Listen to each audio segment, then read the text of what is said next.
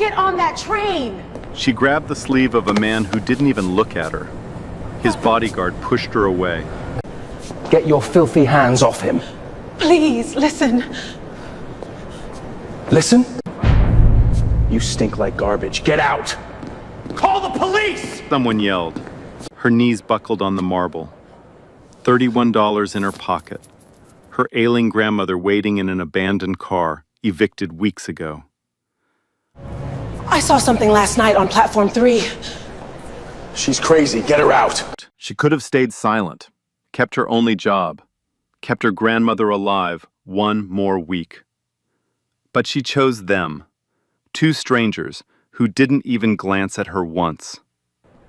What Brianna saw would reveal a secret buried for 9 years, connecting her to this billionaire in a way neither could have imagined. 48 hours earlier, Brianna Brooks woke up in the back seat of a 2009 Honda Civic parked behind a Walmart in West Philadelphia.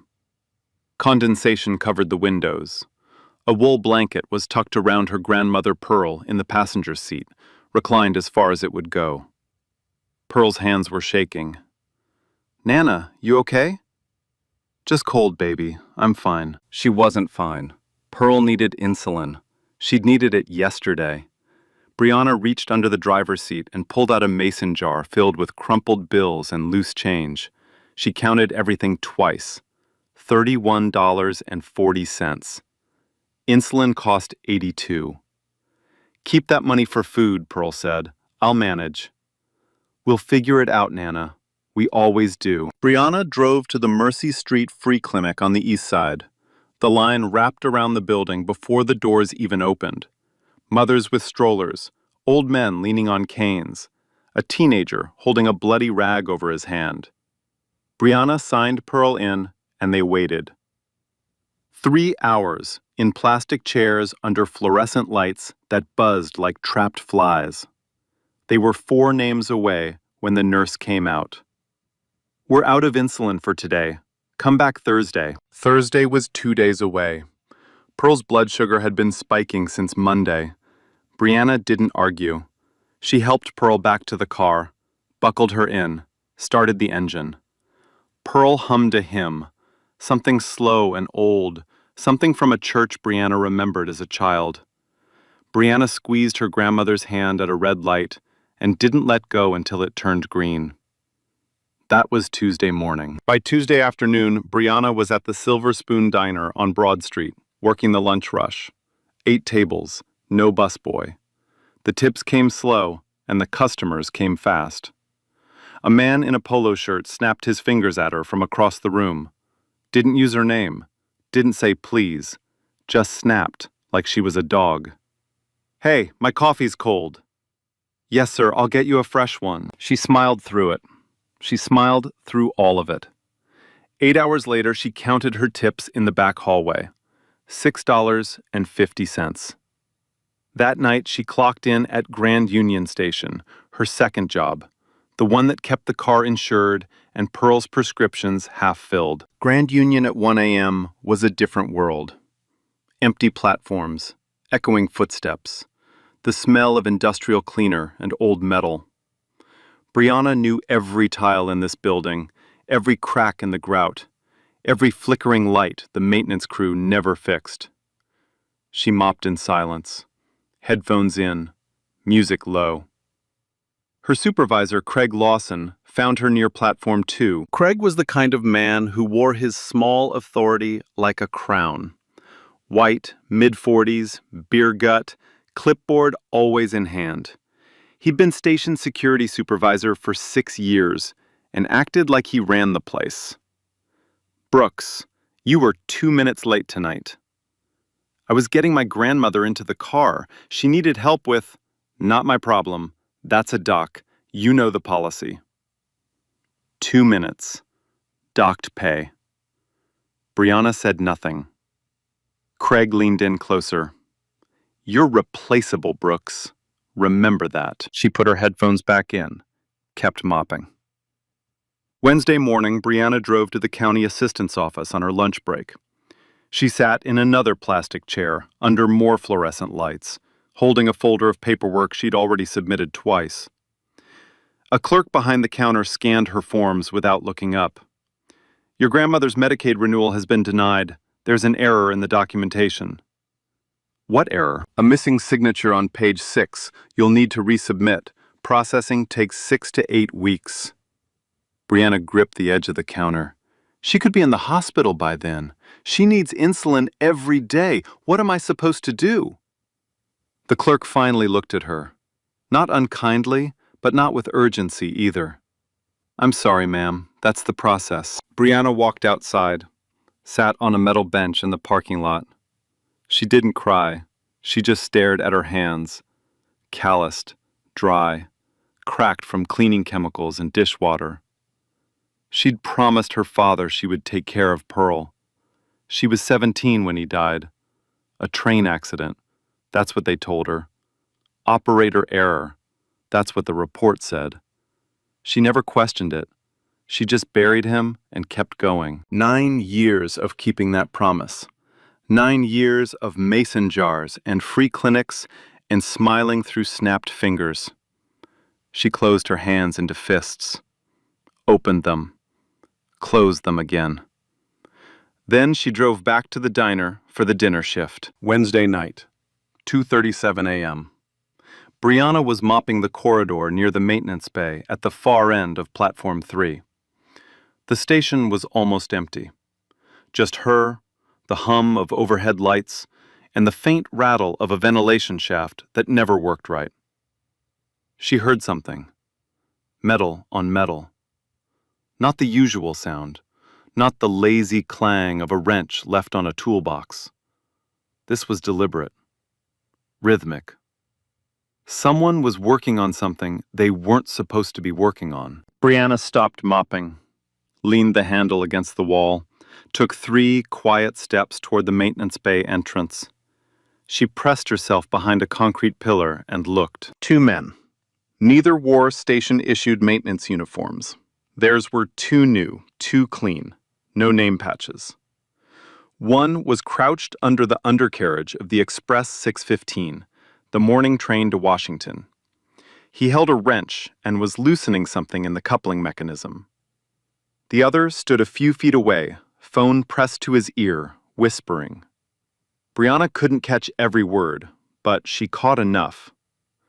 "Coleman won't make it past Wilmington. Harlan said clean job, no traces. By morning it's done." Her mop handle slipped, hit the metal railing with a sharp clang that echoed through the empty bay. Both men froze. The one on the phone killed the call. The one under the train pulled himself out and stood. They looked toward the sound. Brianna pressed her back flat against the pillar, held her breath. Her heart was beating so loud she was sure they could hear it. 10 seconds. 20. Then footsteps, moving away. A service door opened and shut. Gone. Brianna stood alone in the dark. Her hands were shaking. She didn't fully understand what she'd just seen. But she knew.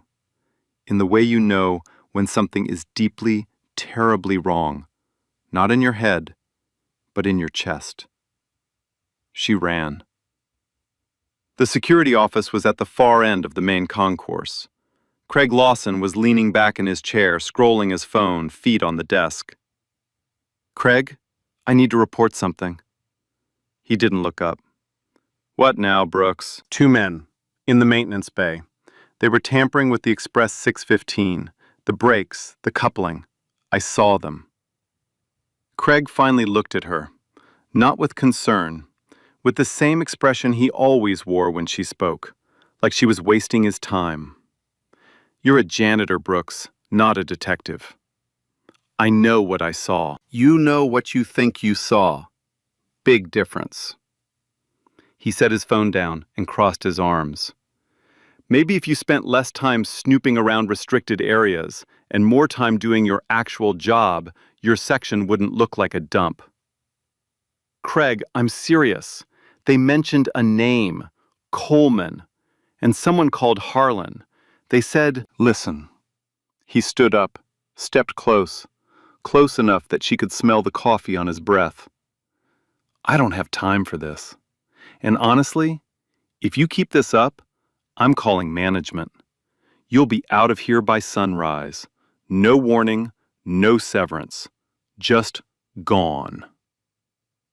The other guard in the room, a younger guy, fresh hire, looked up from his magazine, smirked, said nothing. Your call, Brooks. Craig sat back down, picked up his phone. Conversation over. Brianna stood in the doorway, fists at her sides. She walked out. The door clicked shut behind her. The locker room was empty. Clock on the wall, 3:28 a.m.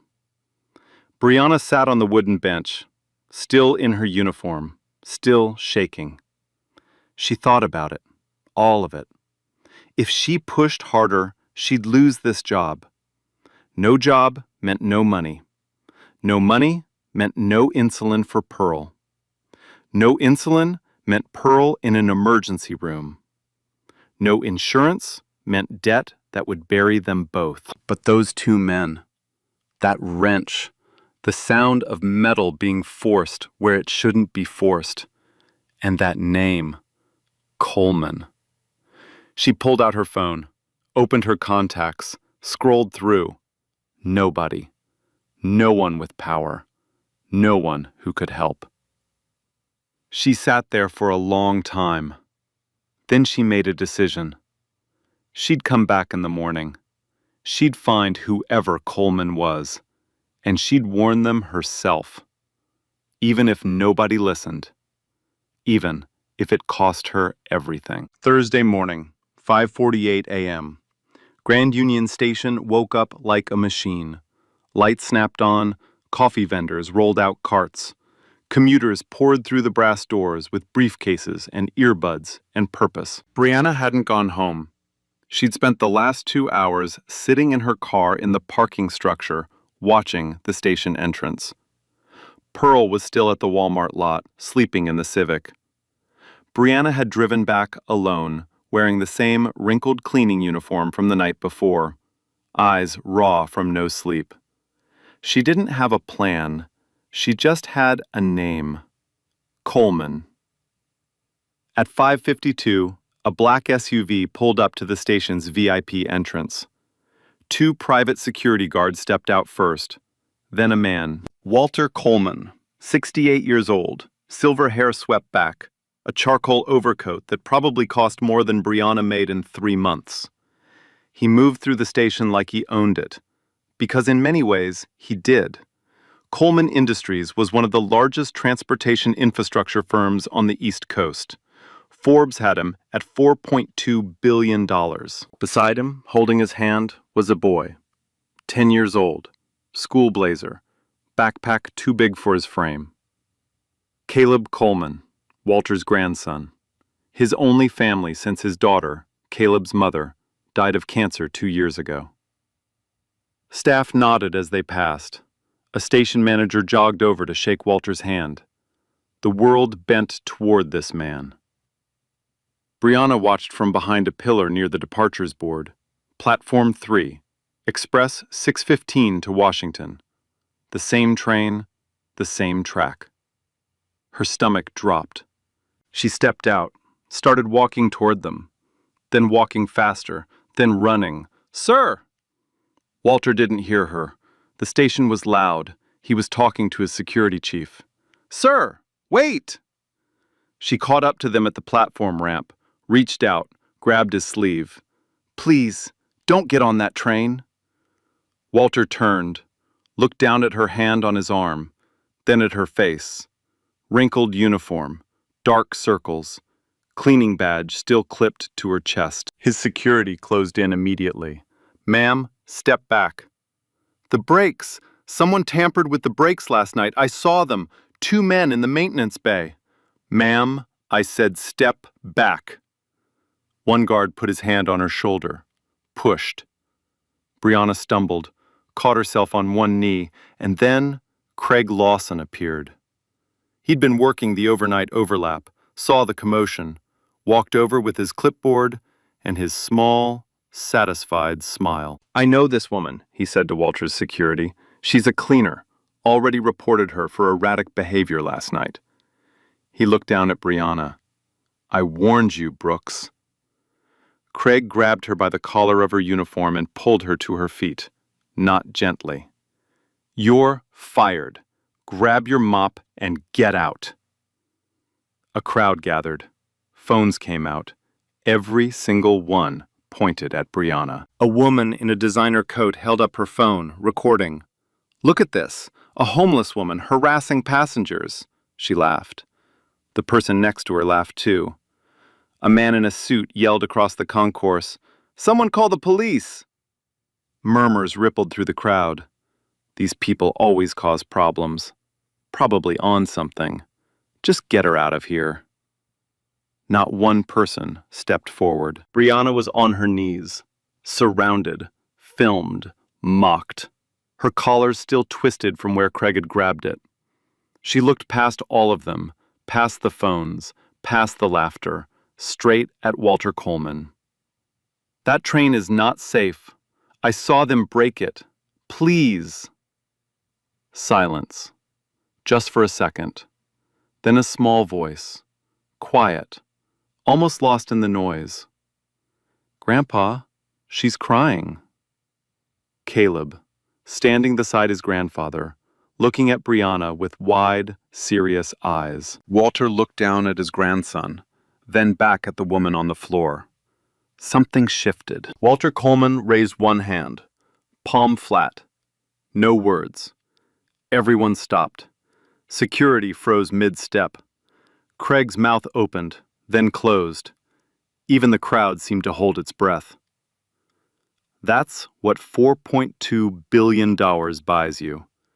Not just money. Gravity. Walter looked at his grandson. Caleb was staring at Brianna, not with fear, with something closer to recognition, like he understood what it meant to be small and unheard. Walter knelt down, a billionaire in a $4,000 coat, on one knee, on the public floor of Grand Union Station, eye level with a cleaning woman who'd just been dragged across the same floor. "What's your name?" "Brianna. Brianna Brooks." "What exactly did you see, Brianna?" She told him, quickly. No drama, no pleading, just facts. 2 men, 2:40 a.m., maintenance bay, platform 3. Fake uniforms, too clean, no name patches. One under the Express 615 with a wrench on the coupling mechanism, the other on the phone. "I heard them say a name," she said. "Coleman. They said Coleman won't make it past Wilmington.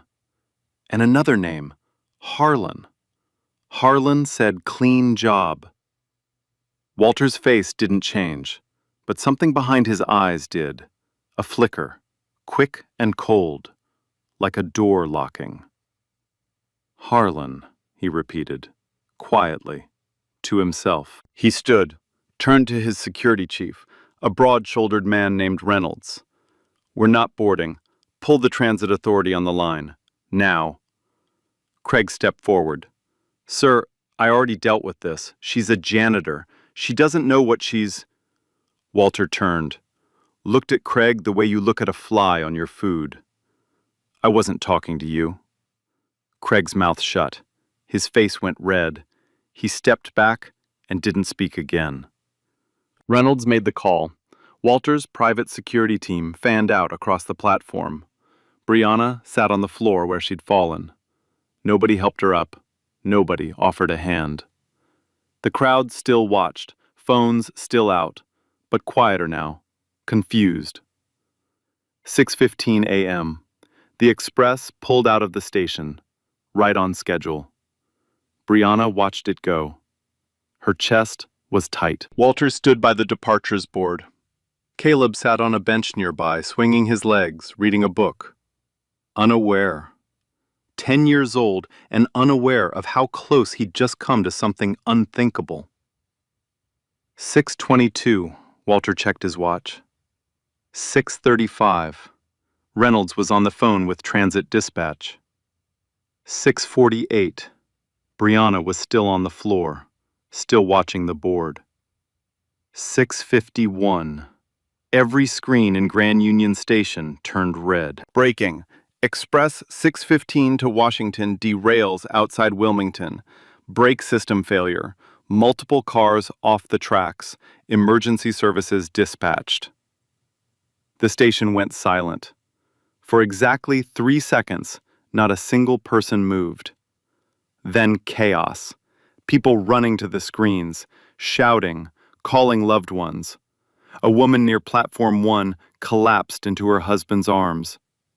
The ticket counter was swarmed. Walter stood perfectly still. His phone buzzed. He didn't answer. He stared at the screen. His lips moved, but no sound came out. Then he turned. Brianna was sitting on a bench near the security office, hands behind her back, handcuffs on. Craig had called the station police 20 minutes earlier, before the news broke, before the world changed. She sat with her eyes closed, tears running down her face. Not from sadness, from relief. Walter walked toward her. Reynolds followed. The crowd that had mocked her parted like water. He stopped in front of the station officer standing guard. "Take those off." The officer hesitated. "Sir, she was detained for—" "I said take them off, now." The cuffs came off. Brianna rubbed her wrists. Red marks. She didn't look up right away. Walter crouched in front of her. Same level, same position as before. "Brianna Brooks." She opened her eyes. "You just saved my grandson's life." She exhaled, long and shaking, like she'd been holding her breath since 2:40 a.m. Within the hour, everything moved fast. Police pulled Brianna into an interview room. She described the two men: height, build, the wrench, the phone conversation, the service exit they used.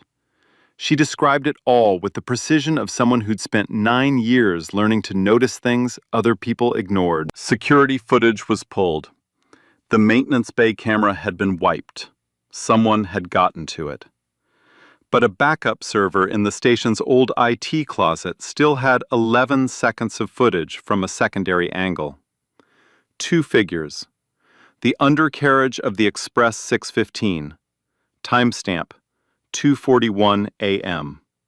11 seconds. Grainy. Partial. But real. Walter made phone calls from a private office on the station's upper level. His voice was ice. Not grateful. Not yet. He was furious. Someone had tried to kill him and his grandson, and the name sitting in his chest like a shard of glass was the name of a man he'd trusted for 22 years. Harlan. Meanwhile, Craig Lawson stood in the main concourse, watching the aftermath on the screens. He understood now. The woman he'd mocked, threatened, and fired had been telling the truth, and he'd silenced her. He walked up to Reynolds, tried to get ahead of it. "Look, I was going to investigate. I just needed to verify her story before—" Reynolds didn't let him finish. "Mr. Coleman has your name. I'd suggest you find a lawyer." Craig's face went white. Whiter than the station tiles Brianna had mopped 6 hours ago. Across the building, Brianna was led to a private lounge. First-class waiting area. Leather chairs, bottled water, a window overlooking the tracks. She'd never been in a room like this. She'd cleaned rooms like this. A woman from Walter's staff brought her coffee, set it on the table with a napkin. "Can I get you anything else, Miss Brooks?" Ms. Brooks. Nobody had ever called her that. "I need to call my grandmother. She doesn't know where I am." They gave her a phone. She dialed Pearl. "Nana, it's me. Some people are going to come help you. Don't be scared. It's okay. I promise."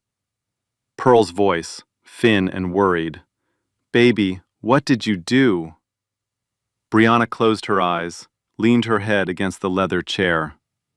Something Daddy would have done. She hung up, held the coffee with both hands, warm. The first warm thing she'd felt in days that wasn't the heat coming through a car dashboard vent. She sat there, quiet, safe. For now. By that evening, Pearl Brooks was sleeping in a real bed for the first time in weeks. Walter's staff had arranged a hotel room. Nothing fancy, a Holiday Inn near the station. But it had clean sheets, hot water, and a thermostat Pearl could control. A courier delivered insulin, test strips, and a blood pressure monitor within the hour. Paid in full. No paperwork. No 6 to 8 week wait. Pearl sat on the edge of the bed and ran her hand across the comforter like it was something precious. Baby, who are these people? Someone I helped, Nana. That's all. Pearl looked at her granddaughter for a long time, then nodded. She lay down, pulled the blanket up to her chin, and closed her eyes. Within 5 minutes, she was asleep. Brianna sat on the other bed, watched Pearl breathe. Slow, steady, safe. She pulled the blanket up higher around Pearl's shoulders, tucked the edges the way her father used to, tight on the left side, loose on the right, so she could turn in her sleep. A small thing, a thing nobody else would ever notice. That evening, Walter invited Brianna to his company's Philadelphia office. Not a restaurant, not a fancy dinner. A conference room with takeout containers and paper napkins. They sat across from each other. Walter ate slowly. Brianna barely touched her food. Most people would have walked away, Walter said, especially after what that security guard did to you. Most people didn't hear what I heard. That's not what I mean. Walter set his fork down. You had every reason to protect yourself. You chose not to. Why? Brianna didn't answer right away. She turned her coffee cup in her hands. Because I'd want someone to do it for me. Walter studied her. Tell me about your father. Brianna's hands stopped. How do you know about my father? I don't. But you talked about that train like someone who grew up around rail. And there's something in the way you looked at those tracks. A long pause. He worked the rails. He died on them. 9 years ago. Walter's eyes changed. Not pity, recognition. I'm sorry. Don't be, Brianna said. Just don't waste what I gave you. Douglas Harlan found out about Brianna Brooks at 9:14 a.m. on Thursday. He was sitting in his corner office on the 32nd floor of Coleman Industries' New York headquarters when Reynolds' preliminary report landed on the internal server. Harlan had access to everything. He'd been co-founder for 22 years. Nobody had thought to lock him out. Not yet. He read the report twice, then closed his laptop, poured himself a glass of water, drank it slowly. Douglas Harlan was 62 years old. Silver temples, custom suits, a handshake that made people feel important, and a smile that made them forget he was counting their weaknesses. He'd built Coleman Industries alongside Walter from the ground up, rail logistics, infrastructure contracts, government partnerships.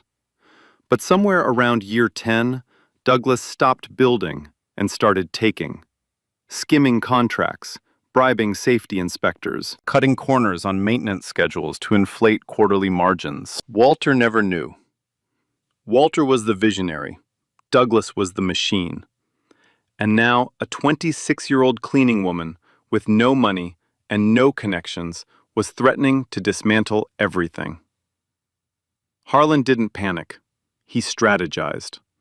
His first call was to a contact at a Philadelphia news station. Within 2 hours, a segment aired during the noon broadcast. Troubled homeless woman claims she predicted train disaster. The chyron ran under a blurry still of Brianna being restrained at the station, pulled from Sandra Whitfield's video. The segment cited sources close to the investigation, claiming Brianna had a history of erratic behavior. They mentioned her eviction. They referenced an old emergency room visit, exhaustion from working double shifts, reframed as a psychiatric episode. None of it was true. But it didn't need to be true. It just needed to be first.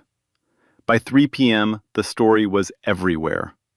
Sandra Whitfield's original video, the one where she laughed while Brianna was dragged across the station floor, was re-edited with new captions.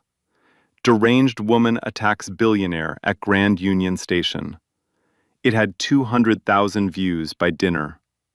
The comments came fast. She probably planned the whole thing. Classic scam artist, looking for a payday. Why is Coleman protecting this woman? Bet she was in on it. Brianna saw the coverage on the hotel room television.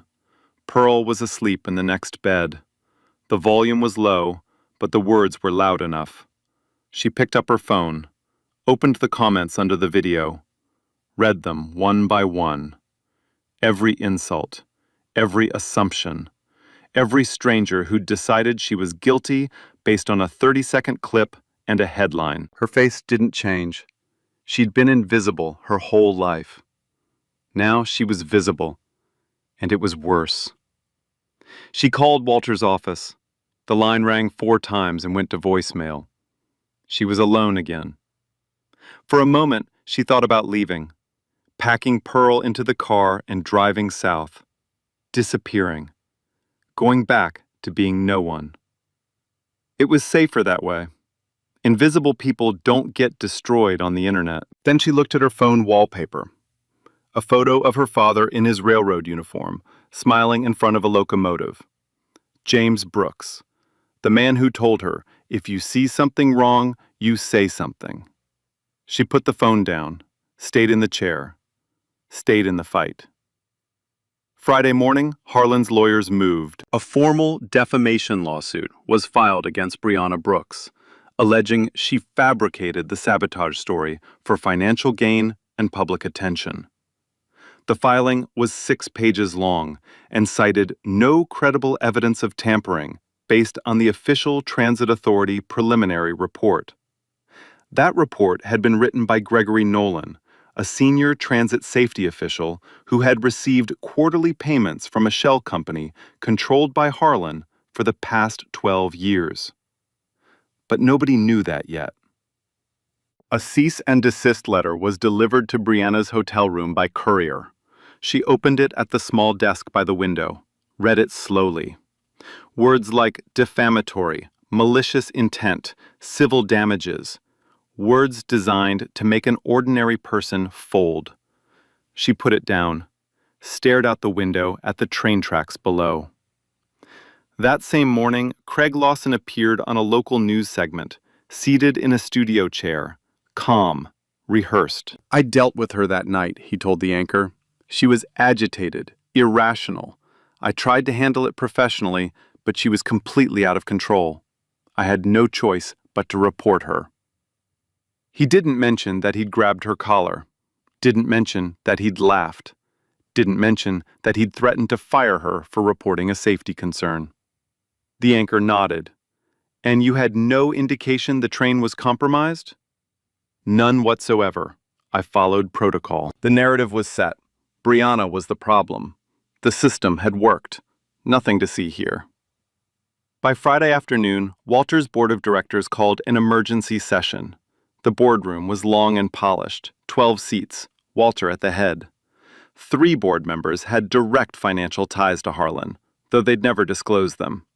Victor Sloan, the most senior independent member, spoke first. Walter, this woman is a liability. She's all over the news. The lawsuit is public. If we don't distance ourselves now, this drags the entire company into a media circus. Another member. The transit report says no sabotage. Maybe she was confused. Maybe she saw maintenance workers doing their jobs. A third. Sentiment isn't strategy. We need to protect shareholder value. Walter sat through all of it, arms crossed, face unreadable. Then he spoke. The transit report was written by a man Douglas has been paying under the table for 12 years.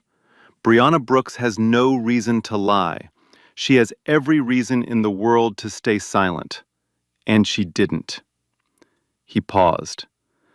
I'm not distancing myself from her. If anything, this board should be asking why a cleaning woman had more courage than everyone in this room combined. Silence. Sloan shifted in his chair, but didn't respond. After the meeting, Walter drove to the hotel. Brianna was packing. Where are you going? Home. Except I don't have one. You're not going anywhere. I gave you my word. Brianna stopped, turned to face him. Your word? Mr. Coleman, I'm on the news being called a liar. Your lawyers haven't returned my calls. The police aren't investigating. Nobody's investigating. Your word doesn't pay for a lawyer.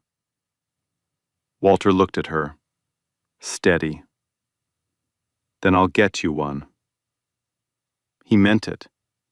But they both knew. Right now, Douglas Harlan was winning. Eileen Porter didn't look like a fighter. 5'4", reading glasses on a chain, cardigan over a blouse. She looked like someone's favorite librarian. She was, in fact, the most feared whistleblower attorney on the East Coast. Walter brought her in on Saturday morning. She met Brianna in the hotel conference room. No small talk, no sympathy face. She opened a legal pad and uncapped a pen. Tell me everything. Start from the mop, Brianna told her. All of it. The maintenance bay, the 2 men, Craig, the station, the handcuffs, the news coverage, the lawsuit. Eileen listened without interrupting, wrote 3 pages of notes, then set her pen down. Here's where we are. Harlan's team has buried the transit report, spun the media narrative, and filed a defamation suit designed to scare you into silence. It's a classic playbook, expensive, effective, and it works on 99% of people. And the 1%? The 1% has me. Eileen laid out the plan. The sabotage didn't erase itself. Somewhere in the system, there was evidence, tool marks, maintenance logs, camera footage, financial records. Harlan's people were fast, but digital footprints don't disappear as easily as people think. They just had to find the right ones before the cleanup was finished. Walter authorized full resources, Reynolds and his security team, Eileen's private investigator, a former FBI forensic accountant named Greta Sullivan. No budget limit, no time limit. The search started Saturday afternoon.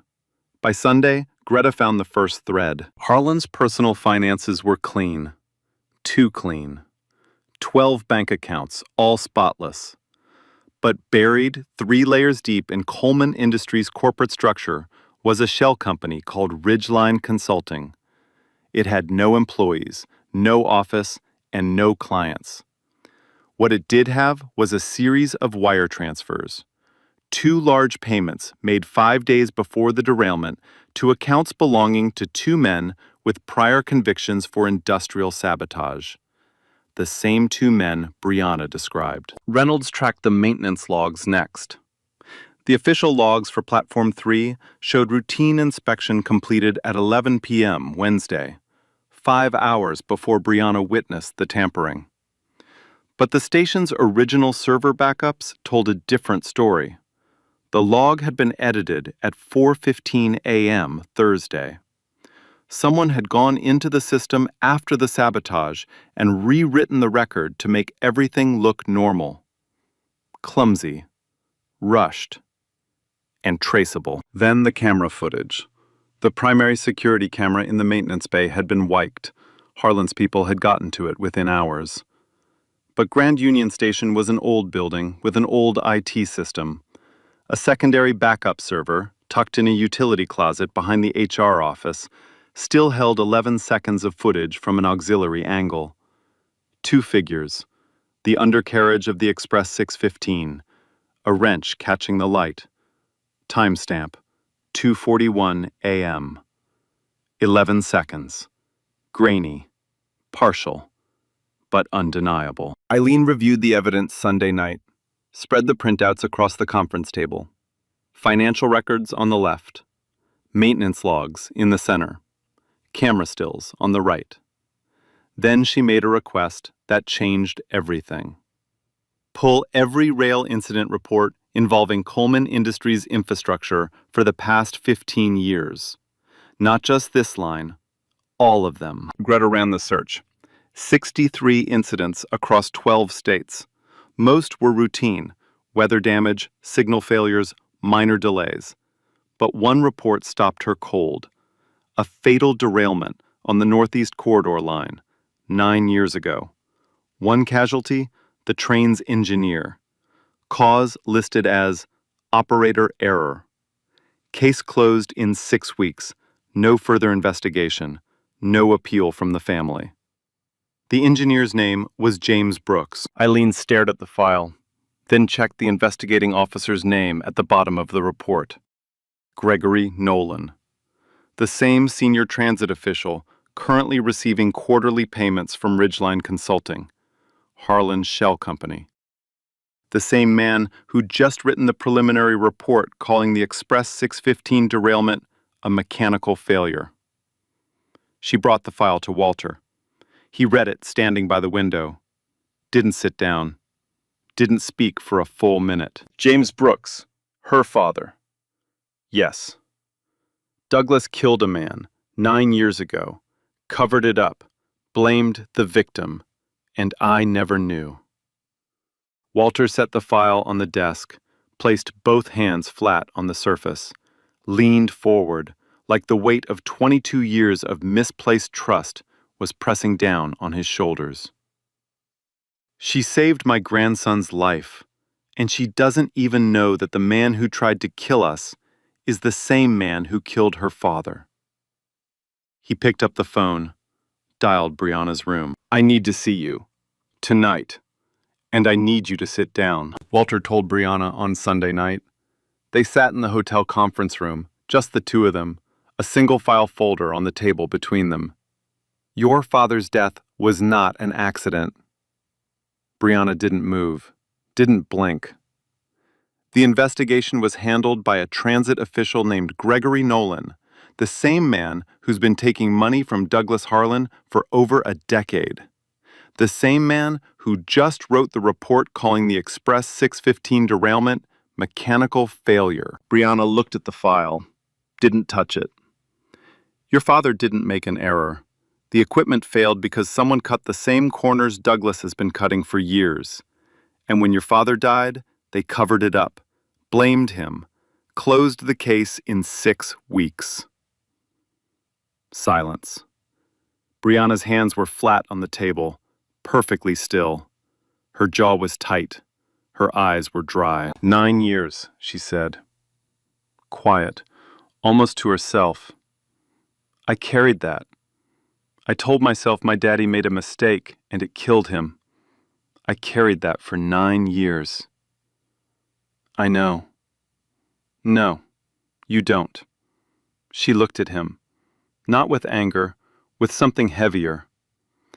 Every time someone at the diner snapped their fingers at me, I told myself, keep going. Daddy made a mistake, but you don't have to. Every time Craig called me replaceable, I told myself, just work harder. Daddy messed up, but you can do better. She pressed her palms into the table. He didn't mess up. They killed him, and they made me believe it was his fault. Walter said nothing.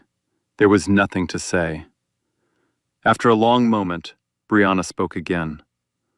What happens now? That's up to you. I can take care of you and your grandmother regardless. Settlement, medical care, housing. And Harlan, if you want to go public, we go public. Full evidence, press conference, FBI referral. But it will be loud. It will be ugly. Douglas won't go quietly. Brianna opened the file, saw her father's name printed on the incident report, saw the words operator error in bold type. He died and they called it his fault? For 9 years, everyone who knew my father thought he made a mistake that killed him. She closed the file. I want his name back. Walter nodded. Then we go public. Together. You're going to expose your own partner? He stopped being my partner the night he tried to kill my grandson. Monday morning, 10 a.m. Coleman Industries headquarters. Walter had called a full emergency board meeting, all 12 members present, legal counsel on standby. Outside the building, a row of news vans. Walter's office had issued a press advisory. Major announcement regarding the Express 615 incident. Douglas Harlan walked in at 9:58. Gray suit, burgundy tie. He poured himself a coffee and sat down 3 seats from Walter. Calm, confident. He believed Brianna Brooks had already been neutralized. Walter stood at 10:01.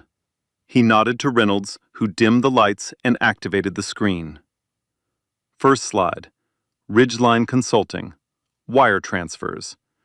2 payments to 2 men with industrial sabotage convictions. 5 days before the derailment. This shell company is controlled by Douglas Harlan. These payments went to the 2 men who tampered with the Express 615. Harlan's coffee cup paused halfway to his mouth. Second slide. Maintenance logs. Side by side, the altered version and the original backup. Edit timestamp, 4:15 a.m. Thursday, after the sabotage. Third slide. 11 seconds of security footage.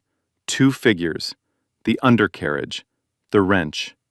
2:41 a.m. The room was dead silent. Victor Sloan leaned forward. 2 board members exchanged glances. Harlan set his coffee down. Slowly. His expression hadn't cracked. Not yet. Walter, this is absurd. You're presenting circumstantial. I'm not finished. Fourth slide. James Brooks, railroad engineer. Fatal derailment 9 years ago. Official cause, operator error. Investigating officer, Gregory Nolan. Same man, same shell company payments, same pattern. James Brooks was Brianna Brooks's father. He looked directly at Harlan. The woman you tried to destroy on television. The woman your lawyers sued for defamation. The woman who was dragged across a station floor for trying to save lives. Her father was your first victim, Douglas. Harlan's mask broke. His right hand trembled. He pulled it off the table and put it in his lap. This is a setup, he said, his voice thinner than 30 seconds ago. This woman is manipulating you, Walter. Her name is Brianna Brooks. You killed her father. Then you tried to kill me. Walter turned to the board. I am filing for Douglas Harlan's immediate removal as co-founder and board member. All evidence has been referred to the FBI, the Department of Transportation, and the Philadelphia District Attorney. Silence. Then Sloan spoke. I move to approve. Unanimous. Harlan stood, buttoned his jacket, tried to walk out. Reynolds stepped aside, not to block him, but to reveal 2 federal agents standing in the lobby. They'd been there since 9:45. That afternoon, Walter held a press conference. Brianna stood beside him. Not behind him, beside him. This is Brianna Brooks. 4 days ago, she saved my life and my grandson's life. She did it knowing she would be fired. She did it knowing no one would believe her. She did it after being mocked, humiliated, and physically restrained for trying to tell the truth. He paused. Her father, James Brooks, was a railroad engineer who died 9 years ago. His death was not an accident. It was covered up by the same man who tried to kill me. Brianna didn't know that when she stopped me at the station. She just knew something was wrong, and she refused to stay quiet. He looked directly into the cameras. Kindness doesn't ask permission. It just shows up. Brianna stepped forward. Her hands shook. Her voice was low. My dad taught me one thing. If you see something wrong, you say something. Even if nobody listens.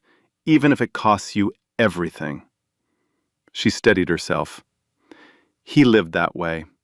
He died because of people who don't live that way. I didn't want anyone else's family to go through what mine went through. She stepped back. Walter put a hand on her shoulder. The cameras flashed. By Monday evening, Douglas Harlan was in federal custody. Charges: conspiracy to commit murder, fraud, obstruction of justice, and involuntary manslaughter in the death of James Brooks. Craig Lawson was terminated and charged with obstruction for suppressing Brianna's safety report. Gregory Nolan was arrested at his home in New Jersey. Sandra Whitfield deleted every social media account she had after being identified in the press conference footage. Her employer released a statement distancing themselves. The video of Brianna being dragged across Grand Union Station was watched 14 million times in 24 hours. But now the comments were different. This woman is a hero. I'm ashamed I would have walked past her. Protect Brianna Brooks at all costs. The world finally caught up. 3 months later, Brianna carried the last box through the front door of a 2-bedroom apartment in West Philadelphia. Nothing fancy, a walk-up on a tree-lined street with a fire escape and a window that faced east. Morning light, the kind of light Brianna hadn't woken up to in over a year. Pearl sat in a new armchair by the window. Not new, second-hand, from a thrift store Brianna found on Walnut Street. But clean, comfortable.